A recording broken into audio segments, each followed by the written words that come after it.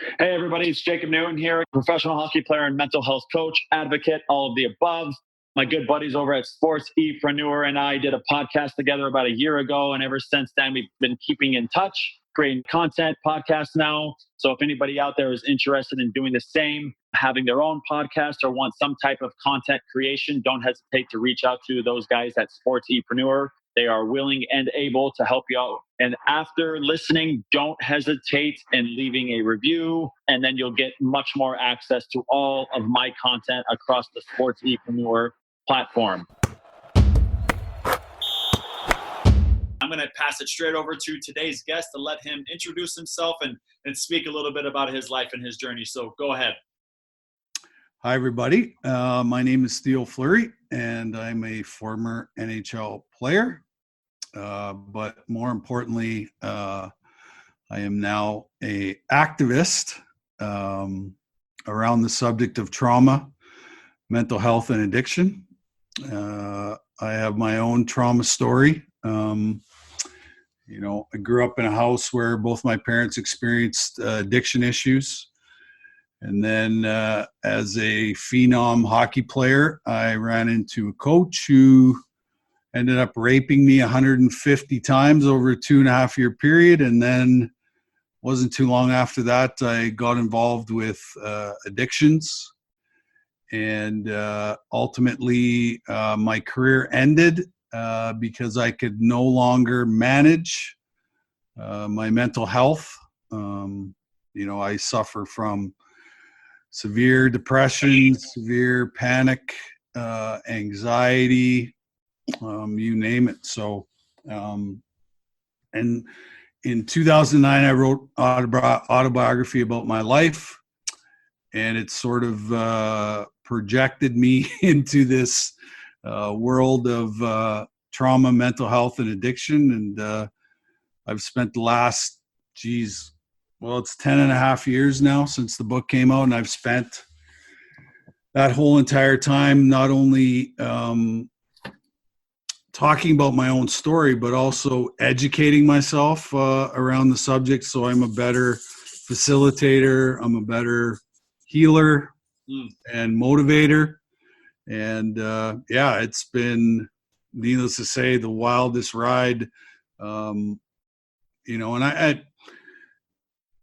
I would have never thought that this would be my post hockey career, but I can tell you it's been way more rewarding, than the hockey stuff. So, wow, that's incredibly powerful. Coming from a man like yourself, with the storied career that you had, winning the Stanley Cup and everything like that, and again, being who you were, that phenom, that hockey phenom, and especially being Canadian, and what a sport it is up there in Canada. I can imagine how Canadians are feeling throughout this whole, COVID-19 thing. But first and foremost, thank you so much for sharing that stuff. And I think, like we said before we hit the record button here, we both have that common friend in Eric Cousin, and, the mental health movement that he has started, and what an incredible, journey that he's on. And it's something that I've already believed. And then through the connection of speaking with him, just my belief is even stronger that it's not 1 in 5 people that are dealing with, things. It's 5 in 5. We're all doing it. So how important do you think it is for yourself and for Eric to continue spreading that message? The commonality of trauma is, like, I had this lady in one of my conferences stand up and say, trauma is the string which binds us all together as human beings. And I was like, no truer statement has ever been said in the history of our planet. And, those of us who have experienced trauma, well, guess what? We're the healers on the planet, okay? And so instead of taking this trauma experience and, basically paralyzing us, the positive side of it is that because I have the experience, and because I'm on a path of healing, and I'm on a path of, whatever you want to call it,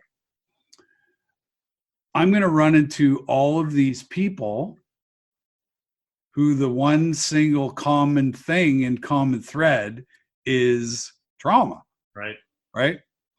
And I think we've got the whole mental health thing down. We got the whole addiction thing going on. But what we don't acknowledge is that trauma is the thing that brings us into mental illness and brings us into addictions. And, because we live in a world where we're fearful of judgment and people looking at us differently, we tend to hold on to these secrets. And there's a great saying in 12-step, you're only as sick as your secrets. Wow. Okay? And the first time I heard that phrase, I was in LA in treatment. And I went to this very high profile meeting, AA meeting in Malibu. And it was a birthday meeting. Okay.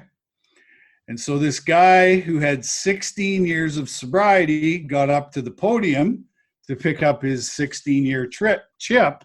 And he said those 7 words. And it was like he threw a ball-peen hammer and hit me right between the eyes, because I was like, holy shit. Yeah. Maybe I need to start sharing my secret here, And in 2009, when I wrote the book, that was the first time that I actually told my secret. Wow. And what happened was I got completely run over by people everywhere I went. 5, 10, 15, 20 people were coming up to every book signing saying, hey, man, I read your story. You told my story. Me too. Right? And what I realized was, by me finding the courage and the strength to find my own voice, I can help other people find their own voice. And it's just been an incredible experience. Yeah, for sure. That's incredible. And I can speak for myself as well in terms of that. So that the simple fact that I'm sitting here talking to you is a sign, right? That, and for yourself as well, that we've gone down that path and we're on the path, and now we realize that this is the path, and there is no stepping off of it, and it's going to be a path we'll be on for the rest of our lives. And one thing I know for myself, again, in terms of healing, is that it's like you think you get to the top of the mountain, and then you realize, holy hell, I've got a valley I'm looking out over, and I've got so much deeper to go. And I've actually just found another layer of healing for myself that I'm about to start going down. And it's just like, wow, it's like in terms of our inner child, the things that we need to heal up from, that we were traumatized from our childhood. And then, for myself, I believe that in terms of relationships of our partner, we're going to take on the role of one of our parents. And I've found out what role that is for myself. And now I'm like, holy hell, I've got to heal this before more crazy stuff happens in my life, So you said you were in treatment in Malibu there. What was that treatment like for you then? You don't have to go too deep into it, but what kind of was it? Was it purely talk therapy? Was it medicine? Kind of what was that like for yourself? Well, I've done every type of therapy known to mankind. So the first treatment center I went to, which was, I think, in 1999,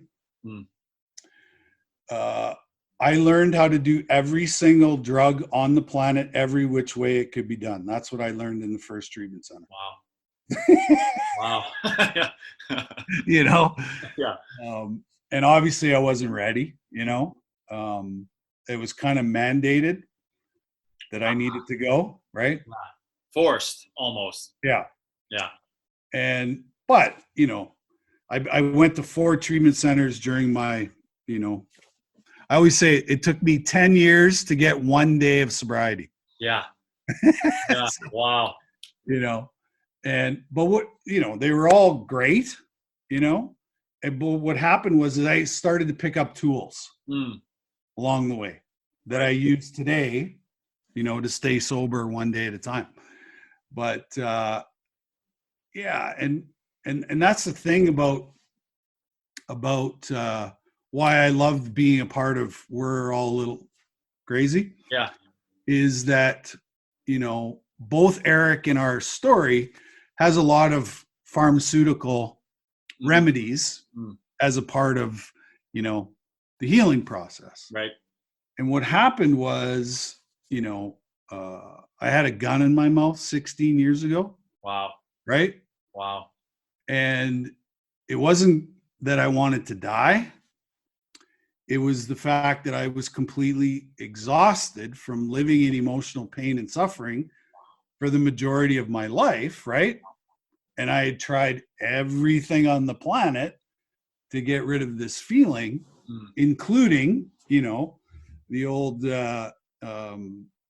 antidepressant cocktail, right, which actually made me worse as opposed to better. And then, I just started researching and trying everything, so that I could come up with my own personal routine that helps me stay, on the straight and narrow one day at a time. Right. Yeah. Right? That's because they say if you think about the past, that's depression.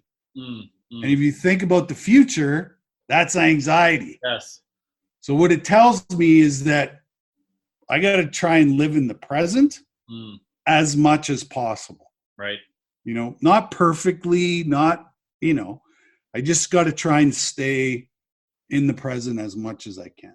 Yeah, for sure. That's incredible. And again, and how do we do that? Holistically. Yes. Right? Yes. Yes. Self-healing, right? I got to breathe. Yes. I got to breathe, Yeah. You got to guys, I find myself sometimes sitting on the couch and I'm like, holy shit, I'm holding my breath. Yeah. Like I'm not breathing. Yeah. Right. And so, and that's what brought Eric out of his 2.5 year, whatever depression or whatever it was, he went to a breathing class. Crazy. And what's interesting is that big pharma has such a hold on, mental illness that, as an activist, I'm out there on social media telling people to breathe, and I get so much backlash. Yeah. From the fact that, essentially, if we stop breathing, like we're dead. Right. Right. So, like you got to breathe. Yeah. And people are like, what the hell are you talking about? This is stupid. Da, da, da, da, da, da, da, da. And I'm like, well, try it. It worked for me, Yeah. That's fascinating you bring that up, because that's actually something, because I'm a father, I'm divorced as well. Single father to 2 beautiful children, 4 years old. My son, his name's Nash. My daughter, 6 years old, her name's Harper. And one thing that I'm working on them with their communication, because in order for us to heal, we have to be able to communicate. Yeah. We have to be able to speak on our stuff, right? And I know you'll attest to that. But breathing, I'm giving them tools now to overcome our anger, to overcome our sadness, to get us back to a state of calm before we can get to happy. And what am I doing? I'm just helping them to focus on their breathing. Because when you focus on your breathing, you're in the present moment. And when you're there is no past, there is no future, there are no problems. We're just here with our breath. And so going back real quick to what you said in terms of the pharmaceutical companies, they're just pumping out these pills like crazy. And for myself, I dealt with depression in my teenage years. I was fortunate, I guess you could say, that I never got onto pills. It wasn't until I signed with Anaheim that I was, I guess, diagnosed with depression from Anaheim's teen doctor. But again, through the sexual abuse that I experienced, PTSD, depression, playing hockey with men, viewing them as the monster that was raping me, that was sexually abusing me, and, the strain that caused on my mental health and on my hockey career. But again, I'm getting sidetracked. I wanted to stay with the pharmaceutical companies. And again, what's your opinion? It's my opinion that these pills are a Band-Aid. They might help. They might provide some short-term relief, but they aren't what caused my low mental health. So how are they going to fix it? And I think, you're getting the comment, you're getting the backlash when you ask or suggest to people to breathe. And I think a lot of that's coming because they think there's no way that this can fix my chemical imbalance, or there's no way that can heal me. Yeah. When in reality it can, if you just gave it an honest effort, you know? Yeah. Like medical doctors, like your family doctor, should nowhere near be prescribing any antidepressants to anybody. They don't take that in school. Yeah. That's why there's a field of psychiatry. Right. And unless we're putting people in an MRI machine and actually taking a picture of their brain, we shouldn't be prescribing anything. Yeah. Yeah. Right? Because they're only prescribing medication for the symptoms. Yes. Okay? And, you know, my brain lacks dopamine and serotonin production. Okay? Because my mom was severely depressed while I was in utero, and she was taking Valium. Oh. Okay? Wow. Yeah. So I have fetal pharmaceutical spectrum disorder. Wow. Okay? Okay. And, you know, it wasn't until I ran into a neuroscientist who I wrote my second book with that we discovered that my brain lacks dopamine and serotonin production. Okay. So why did I gravitate towards a drug called cocaine? Right. It's pure serotonin. Yeah. It's pure dopamine. Right. Wow. And, you know, what was interesting is when I used to do cocaine with all of my friends, like they'd be talking 300 miles an hour, they'd be chewing on their faces and couldn't pay attention for more than a millisecond. And I would do it and I would be perfectly calm. And I'm like, this is weird. Yeah. You know? It's not what you hear about. Yeah. And so, you know, I always say that hockey was my happy place. The arena was my happy place. Well, it was pure dopamine and serotonin production when I was on the ice. Right. So the reason why I was such a great hockey player was my brain was actually functioning at a very high level, you know. Yeah. But when I left the rink, I can't produce dopamine. Yeah. So, you know, I always tell people, be your own advocate. So when you go to the doctor and you're feeling anxious or depressed and he writes out the script, like, it's very okay for you to ask him, why are you giving me this? Yeah. You know? And if he can't explain it to you, don't take the script. Yeah. You know? Right. It's just so fascinating because everybody I've spoken with, you know, in terms of taking pharmaceutical drugs, literally every single one has said it's actually made me worse. So, which to me, again, is not surprising, but I think the unfortunate part is that we've been programmed to think that is the only avenue. That is it. If you can't get well by going to the doctor and him giving you a prescription, then that is you. You are depressed and you will be depressed for the rest of your life. You will be anxious for the rest of your life. And there's no truth in that. No. And that's what they need us to believe so that we continue going there, continue paying our money to these companies that I don't believe in the end have what's even more hilarious is they'll put you on an antidepressant and it works for like 2 months, and then you go back into them and you say, you know what, this really isn't working. Oh, it isn't working. Well, we've got a booster. Yeah. Right? So now you're on 2. So then the second one stops working. Well, there's a third booster. So now you're on this cocktail of you have no idea what the hell it's doing. Right. And what are all the side effects from taking synthetic brain chemistry?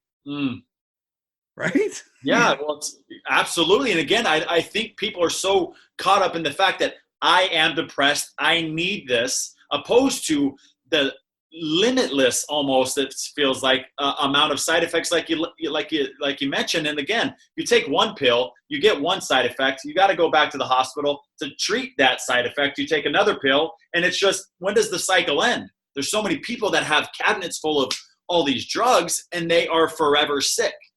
You know, and again, I think if people started bringing mental health to the forefront, of our perspectives, of our every decision. Not every decision, of course, we're human, we're going to make our mistakes, but I think that would go a long way. You know? Well, when you think about your microbiome, like your gut, like the gut is your brain. This is, this is way up here. The food that we eat, the chemicals that we put in our body get turned into chemistry and sent upward. Right. It's not the other, right? And, since I've been doing more and more research about microbiomes and how, if I put the right type of food in my body, my mental health, state of my mental health improves exponentially. Right. And, that's sort of new. That's, 23andMe and, Ancestry.com, was originally, to see who your family was, but then they took it to the next step and they started learning about microbiomes and how we can control our mood through diet, right? Then that's such an important thing, and I have Crohn's disease too at the same time, right? Which is an autoimmune disease, which was probably caused from my trauma, right, as a kid, because it's got to go somewhere in my body, right? And mine unfortunately settled in my intestine and in my gut. But there's so much more that we're going to uncover here in the next little while that's going to push this mental health thing to another dimension, another level, right? And what's interesting though is the stigma attached to holistic practices and holistic therapy is just incredible. Because I think slowly but surely that's the way we're headed. It's just it can't be so quick, because all these companies that make so much money off of the way things are now, they'd be out in the dumps if everybody strictly went to a holistic approach. And that's where I'm at in my life, and I'm interested to hear about where you're at in terms of your own self-healing. Like, what is it that you do? So you say you have your routines. Is there some type of self-healing in part of your daily life now? Yeah. Well, everything I do pretty much on a daily basis is toward healing, right? Yeah. And like I hang around with one of the most powerful medicine men in the world. Okay? Yeah. And what he tells me is the universe or the world has everything that we need to heal. Yeah. Okay. And so I have a theory that the pharmaceutical companies went, okay, well, if there's a natural healing process, we can produce a synthetic version of that thing. Right. And, like I've seen this guy like cure cancer. Like he takes people from the Tom Baker Cancer Center in Calgary who've been given 3 or 4 months to live and cures them. Wow.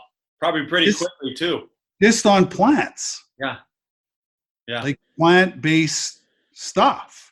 Right. And stuff you would never think that it would have healing properties. Yeah. Like a tree bark. Yeah. Yeah. And all this stuff. But if you go out publicly and talk about this shit, you're a conspiracy theorist, you're a fucking Looney Tune, you know what I mean? But I'm like, this guy saved the guy's life. Yeah. Yeah. But isn't it so like fucked up that that's the way the world is, that the things that are naturally here on this planet are viewed as weird, as out there, when they should be the most normal, common things that people go to first. And then if those things don't work, which in most cases they're going to work, then maybe we can try this synthetic crap. Yeah. Because that's all it is. It's crap. It's not. Well, I always make the analogy. If you watch a half-hour TV show, it's actually 24 minutes of actual, you get to watch the program. Right. The other 6 minutes, which is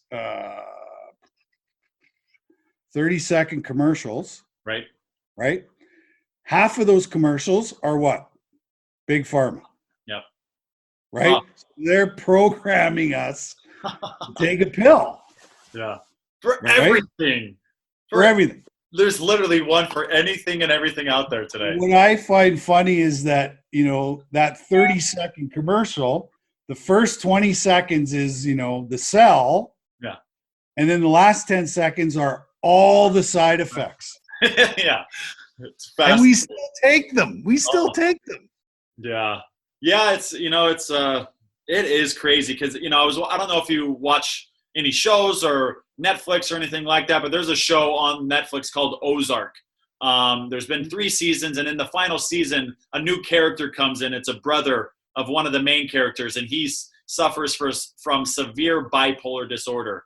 And wow. my path is kind of, cultivated this better understanding in terms of depression and anxiety. I've never really dipped into bipolar.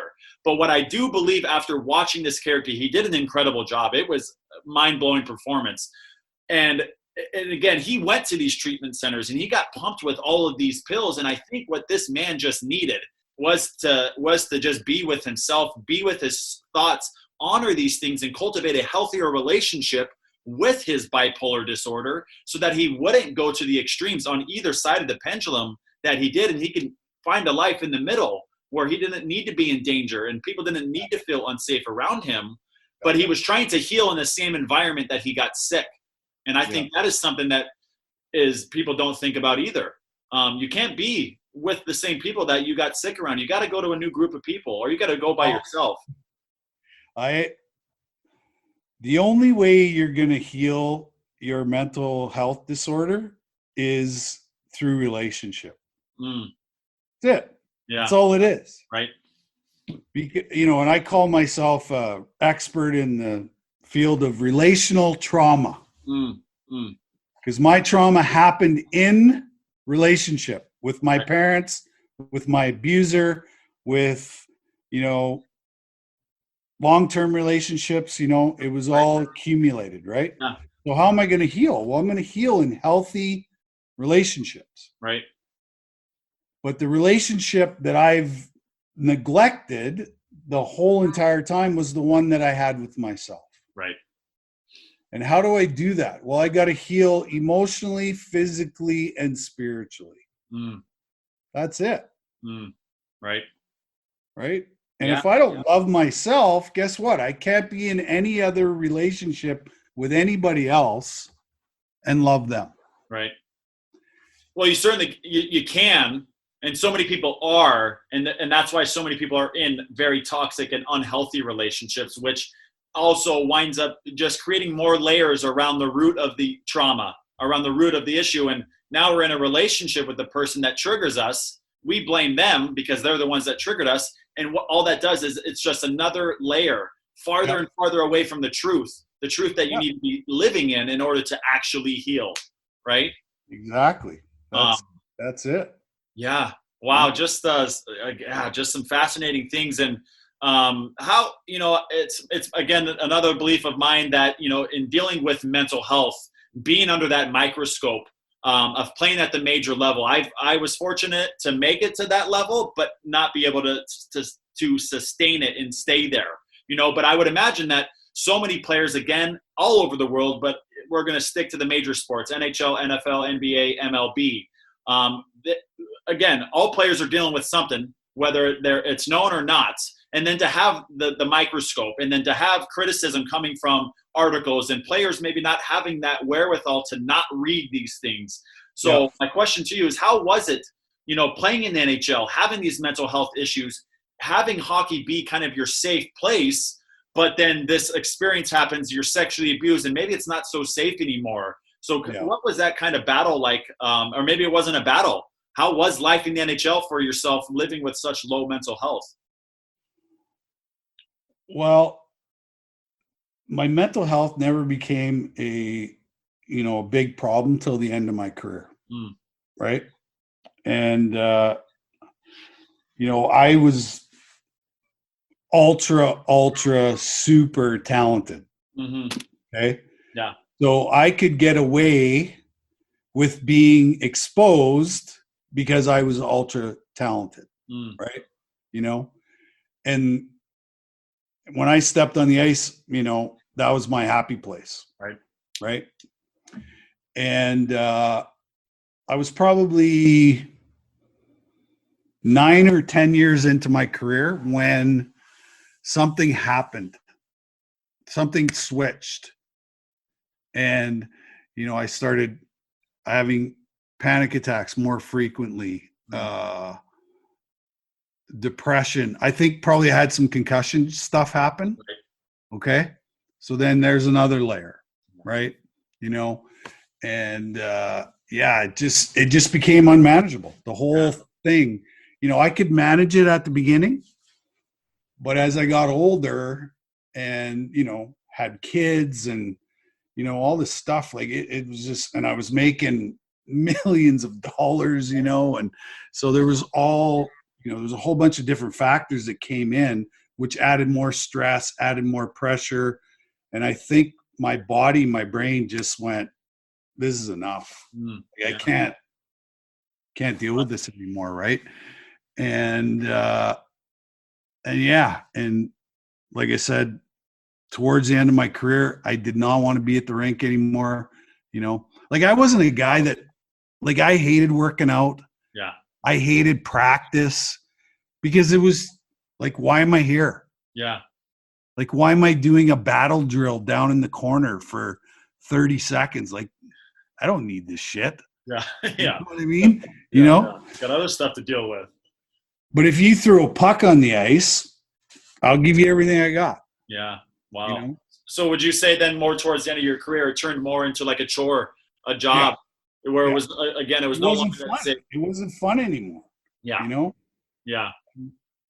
You know, I played on teams where, like, we were young and I understood that the coach had to teach these kids, you know? But for me, it was like, fuck, an hour and a half on the ice. Like, no thanks, man. I'm like 35 minutes. That's all I need. Right. But intense 35 and let's get you're out a part of a team, right? You're one of the leaders. So you sort of have to buy into what the coach is, you know, doing. And I, you know, intellectually, I knew what it was all about. But for me, it was like, this fucking sucks. Yeah. You know, I just want to play. Like, I want to play and I want to compete. Yeah. You know, and I can't get this in practice. Right. You know? So you going back really quick, you talked about the serotonin and those levels being at a lot less level for you than your average person out there. So you could say in games, you were coherent. Everything in your brain was coherent. Would you say that in practice and every other day outside of a game, you were out of balance then? Out of sync. Yeah. Gotcha.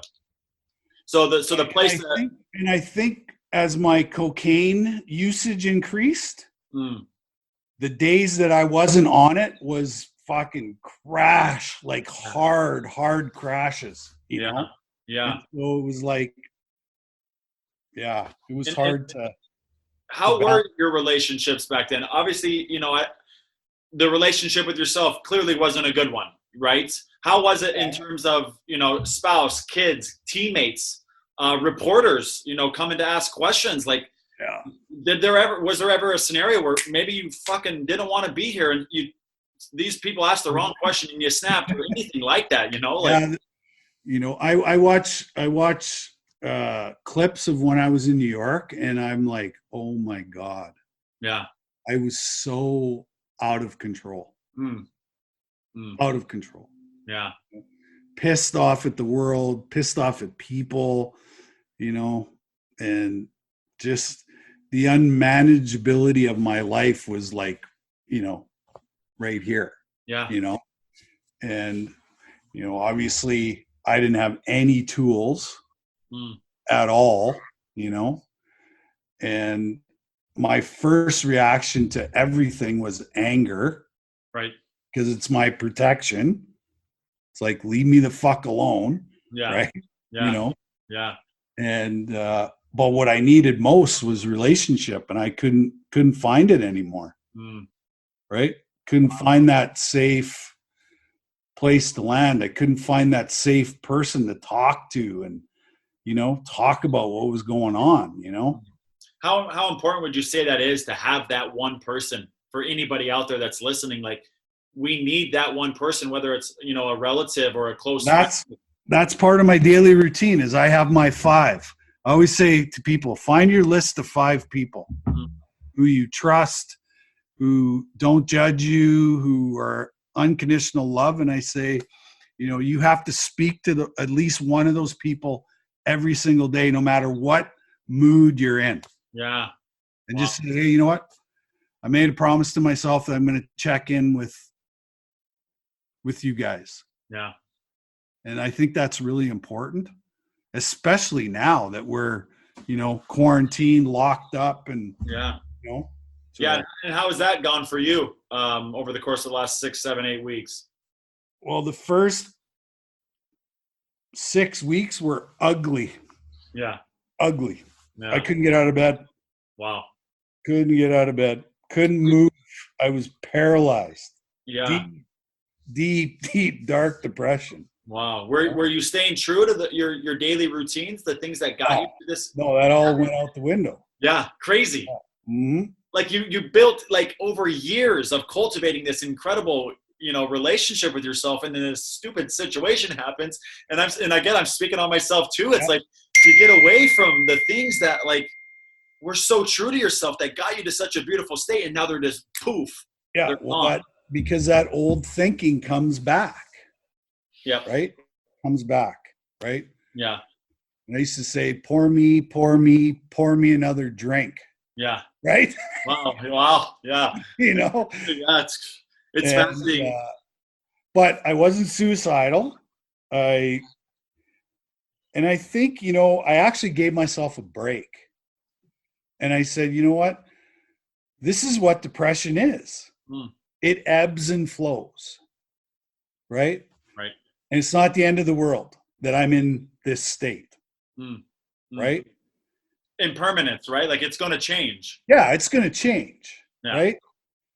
And it was funny because I'd be sitting there. I know intellectually what I need to do to get out of this depression, but wasn't happening. Yeah. Like wasn't bathing, it was just like disgusting. Yeah. You know what I mean? Yeah. Like I was a disgusting human being, but at the same time, like I wasn't being hard on myself. I was just letting it happen. Well, in such a perfect time to allow this to happen, right? As you got all the time in the world. So for so many people out there, they're probably still trying to go to their vices. They're probably still trying to distract themselves from these things that for everybody are inevitably coming up. And again, speaking for myself, speaking for you, this whole experience has brought up, I would say, like the global subconscious. You could almost say like the whole globe's population, our subconscious mind is coming to the forefront right now, and people are healing from it, and some people are continuing to stay away from it. And I think it's important that we continue to going towards it, because that's where the healing, that's where the fear is there. That's where you go, because that's the growth. What, we wrote a chapter in our book, second book, Conversations with a Rattlesnake is the name of the book. Wow. And we wrote a chapter called Sitting in Your Shit. Okay? Yeah. Because it's part of the process. You have to sit in your shit. Right. You have to sit in the feelings of uncomfortability.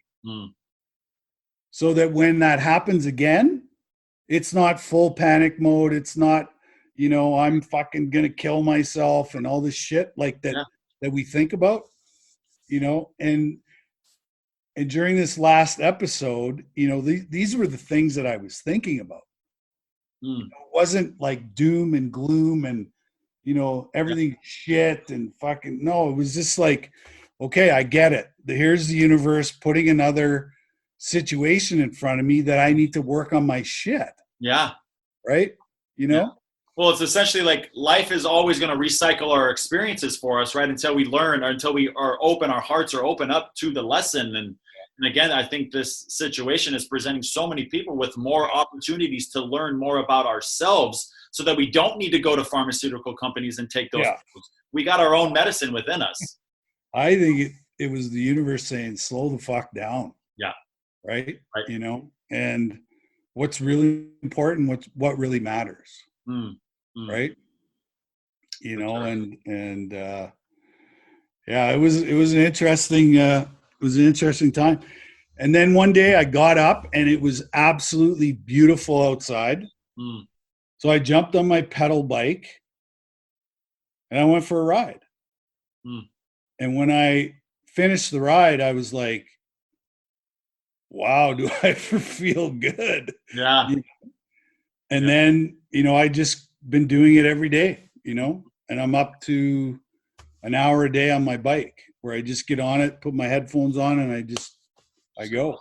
For yourself, right? And what I've deprived, because I'm an athlete, right? Mm. So to punish myself, I'm not going to work out, right? You know, As crazy as it sounds, and right? I'm not thinking about this consciously. Yeah.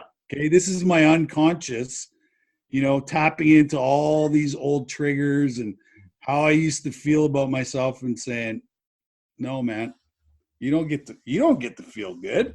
Yeah. You know? Yeah. And then, you know, working out and then my body going, oh, thanks, man. Mm. You know, because Yeah. this is what I needed. Right. And so I needed to get my mind out of the picture. Right. Right. And tap into the spiritual part of it. Right. Yeah. So, What does that look like for you? So are you experimenting with any type of meditation? oh yeah, I do everything. Yeah, everything. But, Gotcha. but the greatest thing that I do is I participate in these sweat lodges. Okay. And so I go see the medicine man, and Mm. he puts on these incredible spiritual ceremonies. And I sit in the sweat lodge and I just sweat. Oh, And there's chanting and there's prayer and meditation, and like it's all encompassing. wow. Okay. Where do you do that at? At home there in Calgary, or? Yeah. So there's a Aboriginal community 2 hours south of Calgary where this Arnold guy Yeah. lives. Okay. And I go to his place and he has a sweat lodge, and my wife loves it too. Wow. And so we go together and we sit in the sweat lodge and cleanse ourselves. Yeah. Wow. Yeah. Wow. That's incredible. So you're doing the meditations daily. How often are you doing these sweat lodges? I mean, now it's probably different, but Yeah. without this We situation. usually like to go once a month. Yeah. Okay. Yeah. Okay. So it sounds a lot like it was almost like a sweat lodge. So like you played in Finland, so you know, right, all about sauna, and that's essentially what it is. You go, you know, whether it be with a couple of friends or you go to a public one and you just sweat it out. And it was interesting. The first year that I really started, you know, becoming addicted almost to the sauna culture in Finland was the best season I had in my career. And it was every Sunday, me and the same two other guys, we'd all meet at the public sauna and we'd be there for 2.5, 3 hours, 5 sessions of, you know, sauna and then jumping in the cold freezing lake. Yeah. You just all for 2.5 hours. And man, you just feel incredible. You feel alive, you know? So I can imagine. You're waking your body up. Right. Is what you're doing. Like you're waking all of that chemistry, and you know, our trauma gets stored in our body. Yeah. Right. And if it doesn't move, then it becomes chronic. Right. Mm.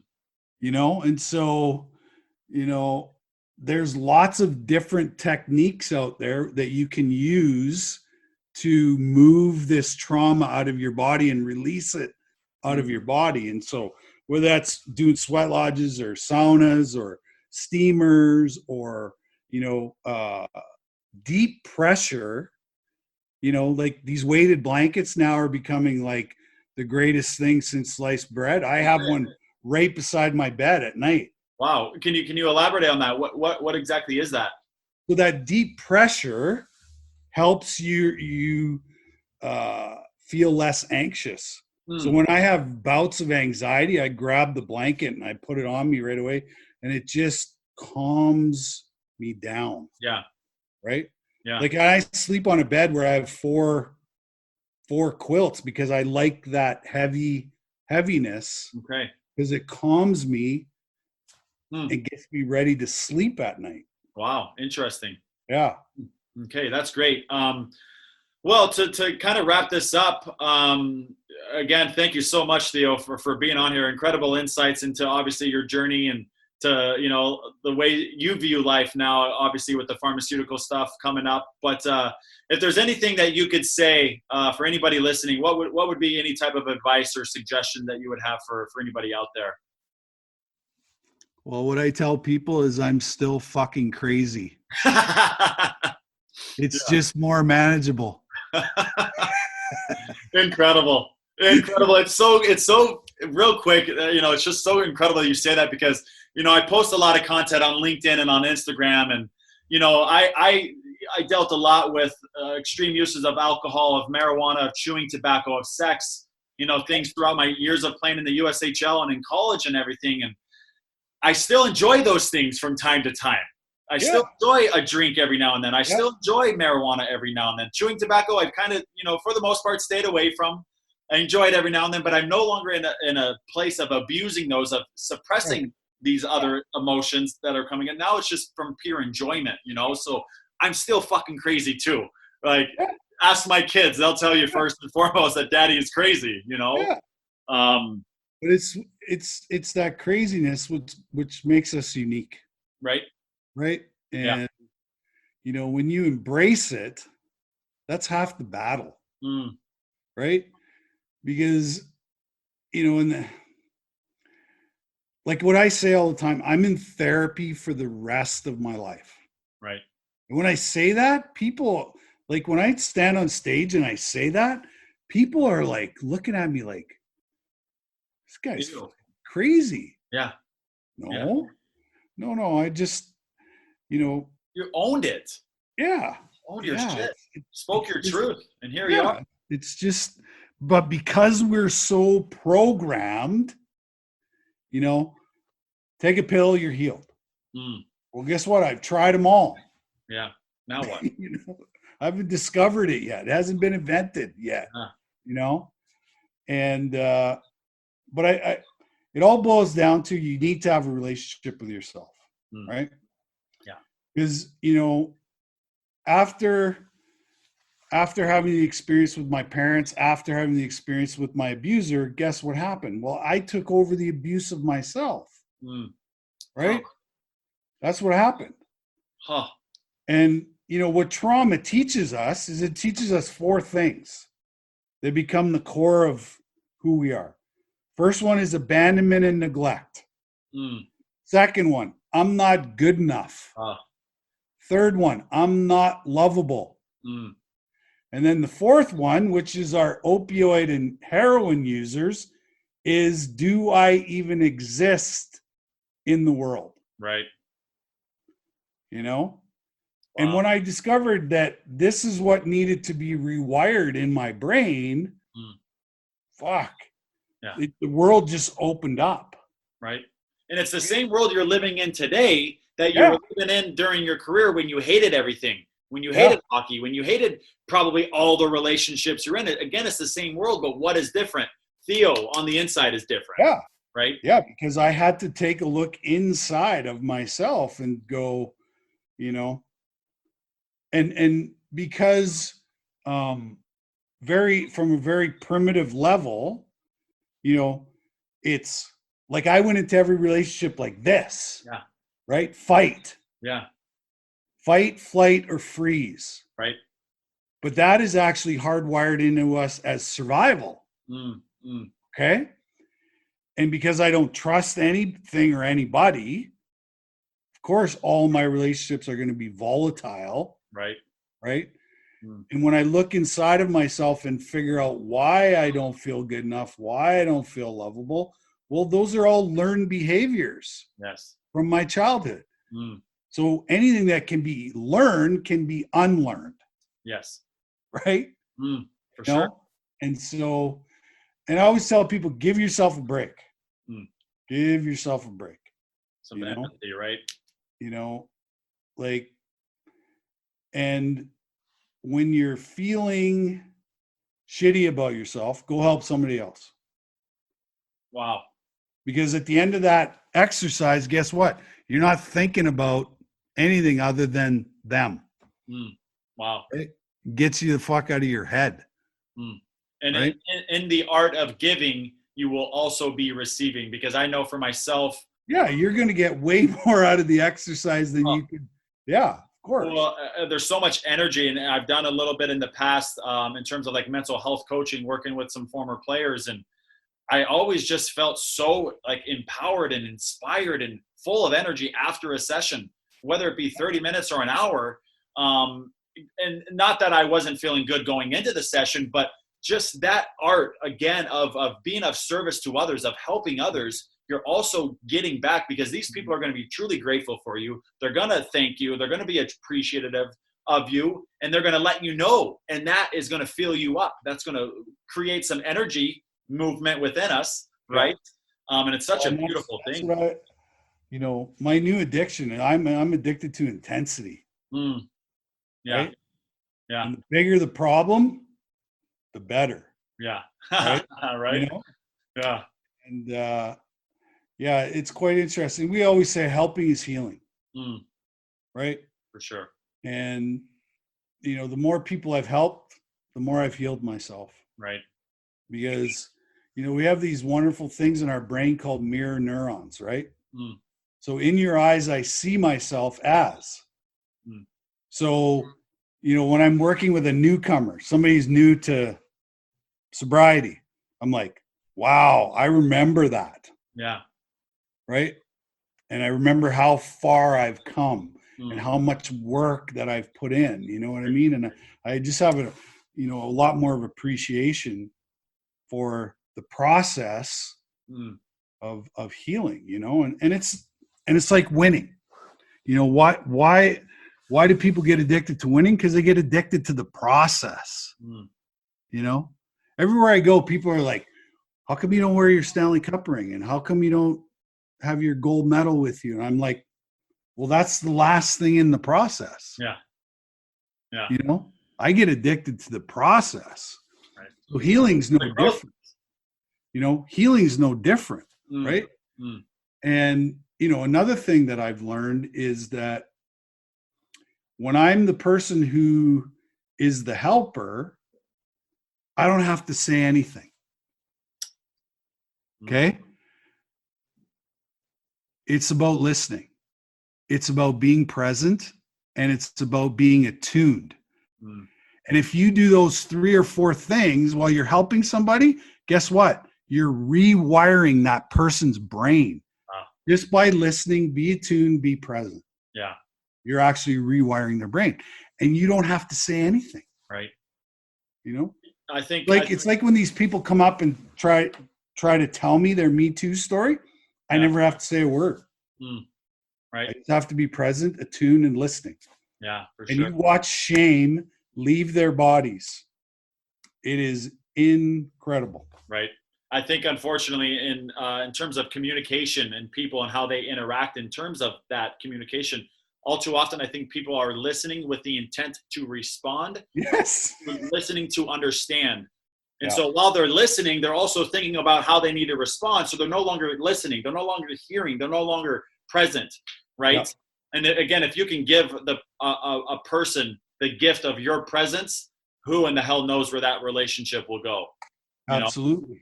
Absolutely. And I think when you're in that position of healer, that you have to do that. That's the only thing you need to do. Right? Because, I always tell this story. So one of the most incredible Me Too moments that I had was I was on my book tour, and I did a small speaking engagement here in Calgary to a safety group. And I told my story. And then as soon as I was done, there was a big lineup of people that wanted to come up and thank me or say hi or whatever. And as I was, doing the lineup, I saw this guy off to the left. And I was like, wonder what's going on with this guy, right? So what happened was he ended up being the last guy in line. Okay? And he stands in front of me. He looks exactly like Santa Claus. He's got the big white beard, white hair, big belly. And he stands in front of me. He says, "My name is so-and-so, and I'm 72 years old, and I was molested for 705 consecutive days, and you're the first person I've ever told in my life." Oh my. Huh. And I was like, wow. And what I was thinking was, man, what if he could have done this 50 years sooner? Mm. And I was thinking about all of the wreckage that caused in his life, relationships, and all of that stuff. And so, that vulnerability piece is the most important piece. Yeah. Because what vulnerability does, it creates safety. Ah. And then when you have safety, that's when the magic of healing happens. Mm. And so the more vulnerable we are in telling our own story, the more it creates safety. Right. Right. And I'll tell one more story because it's like Keep it going, no problem. So we did a conference in Calgary, and we had about 100 people in the room, and it was a trauma healing full day. Yeah. And this guy stands up and he says, "I just want everybody to know that I've never felt more safe in my whole entire life." Mm. And he said, "I've been carrying this around for many, many years. And I want everybody to know in the audience that I molested my sister for 5 years." Mm. You know what happened? Women who were in the room who were molested by their brothers got up and went over and embraced this guy. Wow. Tell me that's not healing. That's like the ultimate healer, almost. Healing. And, me and Kim, who I wrote the book with, were co-facilitating this thing. We looked at each other and we were just like, oh my God. That could have been the only moment. It didn't need to be a whole day thing anymore. It could have been a 10-minute segment, and that would have been enough. It was unbelievable. Wow. So when you create that safe space, like shit happens that you just can't explain. Yeah. And that's why I love Eric, because he gets that piece. Right. Yeah. And most of the people that are in the alliance, we get that piece, is that we've all spent the majority of our lives living with these secrets and have never been able to fully come out and talk about them. Yeah. And when we do, the impact is like insane. Right. Wow. It's incredible because speaking on my sexual abuse, it happened from my cousin, my adopted cousin. His father, my mom's brother, had passed away, and his mother was no longer fit to be a single mom. Right. So my parents adopted my 3 cousins, not knowing that all 3 of them had been sexually abused as well. Right. And it was the oldest of the 3 that did it to myself. And it lasted for 2.5 years. How many times throughout that, I don't know exactly. I just have clear images, sights, sounds, my senses remember, and I can go there in a flash of a moment, right? To be honest with you, I kind of lost where I was going here with this. I hate when this happens. I got it real quick. What I would want for myself, because this is going to lead into a question I have for you real quick, is I would love to see my cousin today. I would love to shake his hand. I'd love to give him a hug and have a conversation with him and see how he's doing. Have you had that moment with your abuser? Have you? Yes, you have. And can you just talk in a very indirect way? Okay. So 5 years ago, I set an intention that I wanted to start working in the prison system. Okay. Not really knowing why I wanted to do it, other than I was curious. Right. Okay. So that has come to fruition, and I've been to 25 prisons now. Wow. And I work with inmates. And so one day I showed up at this prison outside of Winnipeg called Stony Mountain Penitentiary. It's a very famous place, and it's a maximum, medium, and minimum security prison. And while I was writing the second book, we talked about forgiveness, right? And of course, I was like, no fucking way, that ain't gonna happen. And Yeah. he's like, no, I just want you to think about it, okay? And I was like, okay, I can do that.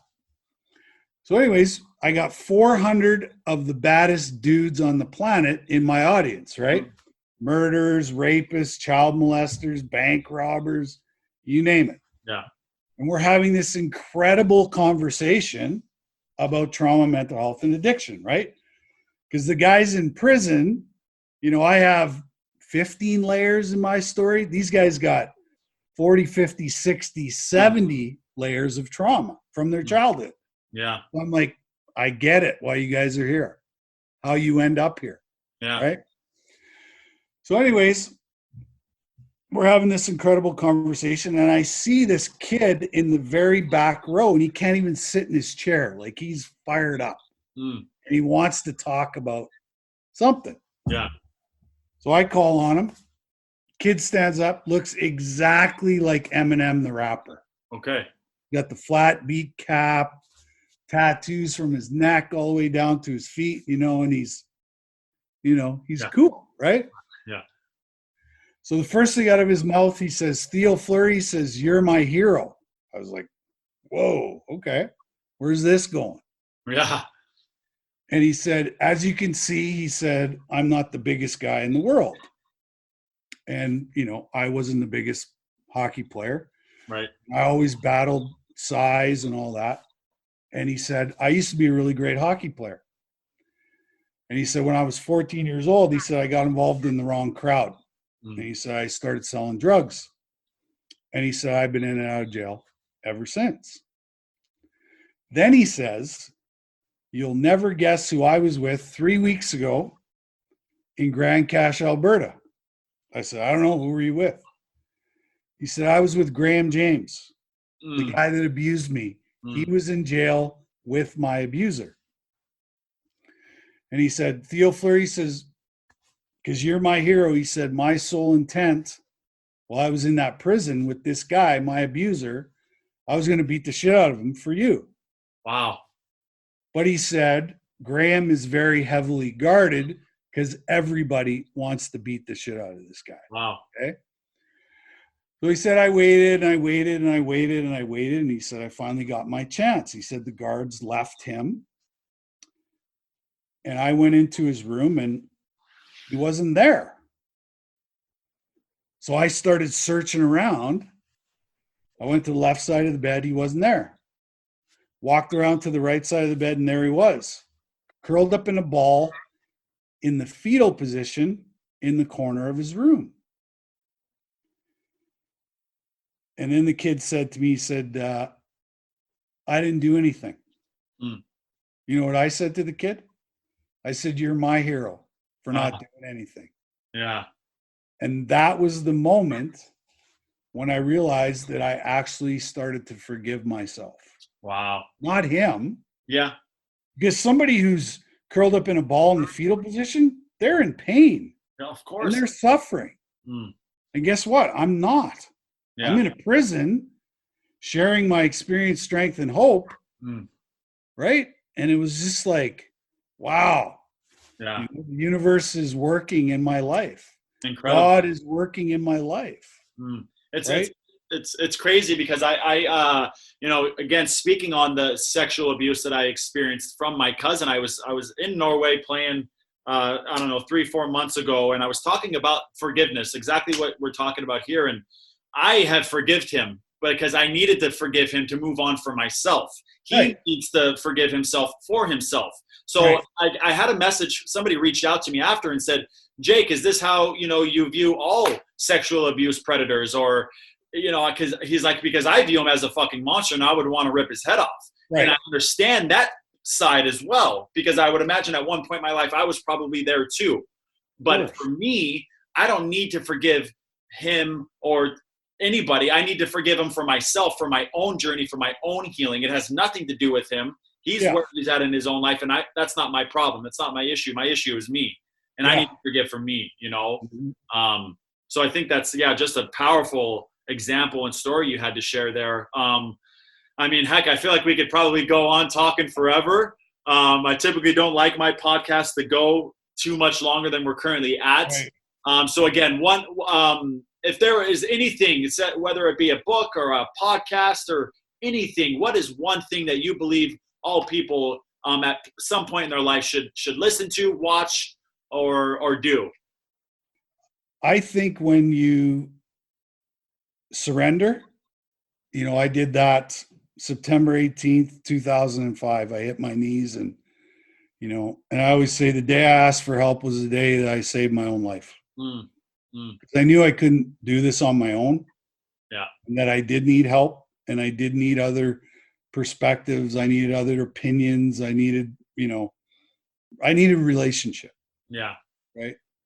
And like we talked about earlier, you know, the one relationship that I neglected was the one with myself. Yeah. And when I repaired that relationship, everything else seemed trivial, you know? And, but, you know, what's funny is I do often take it back. Right. And so I have to go through the process of re-surrendering all the time because, you know, and I always say I'm not that evolved yet. Right. I'm a work in progress, you know. On the outside, it might look like I have everything together and life is great, and, you know, it's all unicorns and rainbows, and, you know, but it's not. And I think that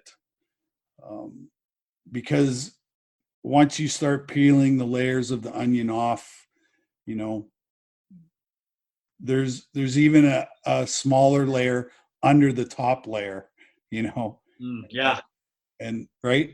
Yeah. And you never know when that's going to present itself. Sometimes it will, and you'll let it go by, but eventually it'll, you know, those lessons always come back. And, you know, if you can take that negative experience that happened to you and turn it into a positive, then that's what it's all about. Yeah, for sure. And you know, ultimately helping other people is how you're going to heal. Love that. I would say one big takeaway too for anybody listening is that once you go down this path, to not focus so much on the things that you're losing. Let's focus on what we're gaining. And through the work of the self-love and self-healing, you're gaining yourself, and there's nothing more valuable in your own life than you. Yeah. And every relationship you get into at any point in your life is always going to just be a reflection of the inner relationship we have with ourselves. Oh, we're spiritual beings living human experiences. Yeah, exactly. Exactly. Well, Theo, again, thank you so much for taking the time out of your day. I know you're a busy man. Even through the craziness that we're living through right now, I know you're busy, but truly grateful for you to have met you, to share our experiences with one another. And I look forward to, who knows, one day maybe me, you, and Eric will all be up on a stage talking together. That'd be great. It would be awesome.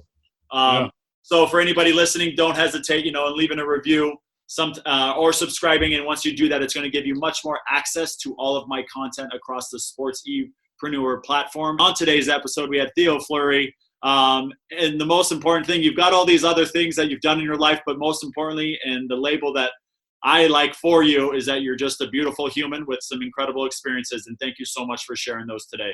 Yeah, my pleasure. Thank you. Boom, there we go.